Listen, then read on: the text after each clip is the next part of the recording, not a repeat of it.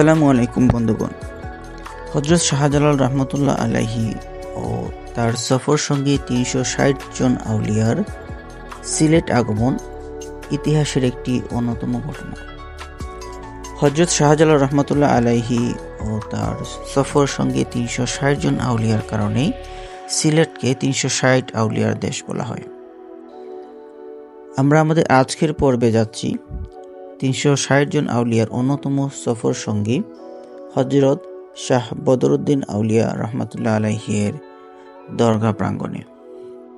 আজকের পর্বে আমার সফর সঙ্গী হয়েছেন এমসি কলেজের ছোট ভাই নূর আহমেদ।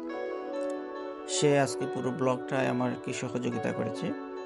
আসলে তার মাধ্যমে আমি হযরত শাহ বদরুদ্দীন আউলিয়া রহমতুল্লাহ আলাইহির দরগাহের প্রাকৃতিক সৌন্দর্য এবং এটি যে সিলেটের সবচেয়ে উঁচু টিলায় অবস্থিত তা জানতে পেরেছি।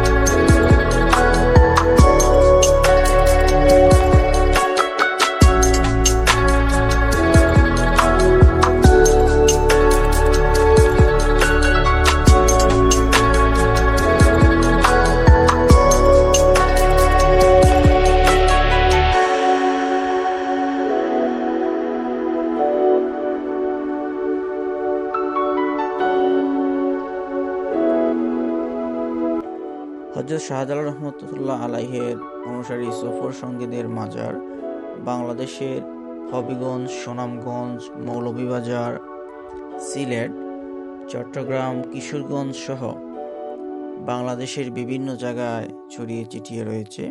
এছাড়াও ভারতের আসাম, করিমগঞ্জে কয়েকজন সফর সঙ্গীর মাজার রয়েছে। তারা বাংলাদেশ ও ভারতে ইসলাম প্রচারে গুরুত্বপূর্ণ অবদান রেখেছেন। আজকে আমরা আসছি হযরত শাহ বদরুদ্দীন আউলিয়া রহমতুল্লাহ আলাইহির দরগাহে। আসলে এটি সিলেটের সবচেয়ে উঁচু পাহাড়ে অবস্থিত এবং এর প্রাকৃতিক সৌন্দর্য যে কাউকেই আবেগপ্রবণ করে তুলবে। আপনারা একটি বিকেল এখানে এসে সুন্দর সময় অতিবাহিত করতে পারবেন। আমরা আজকে আসরের নামাজ পড়ে গিয়েছিলাম দরগা প্রাঙ্গণে। আজকের বিকেলটা আমরা অনেক সুন্দরভাবে অতিবাহিত করেছি।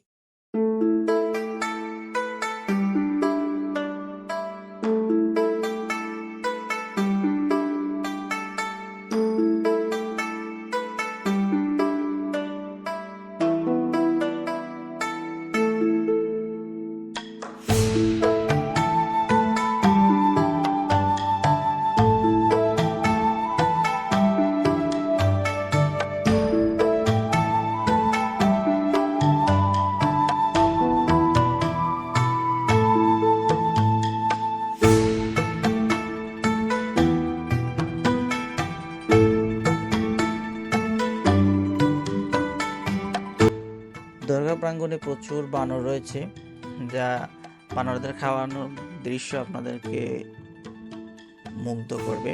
দেখুন, আমি বানরটিকে বিস্কুট খাওয়াচ্ছি। এটা একটা বানরের বাচ্চা। একটু আগে যে বানরটা দেখছেন, এটা আসলে এদের টিম লিডার। এই টিম লিডারে যখন খাওয়ানো হয় অন্যরা ধারে কাছে আসে না।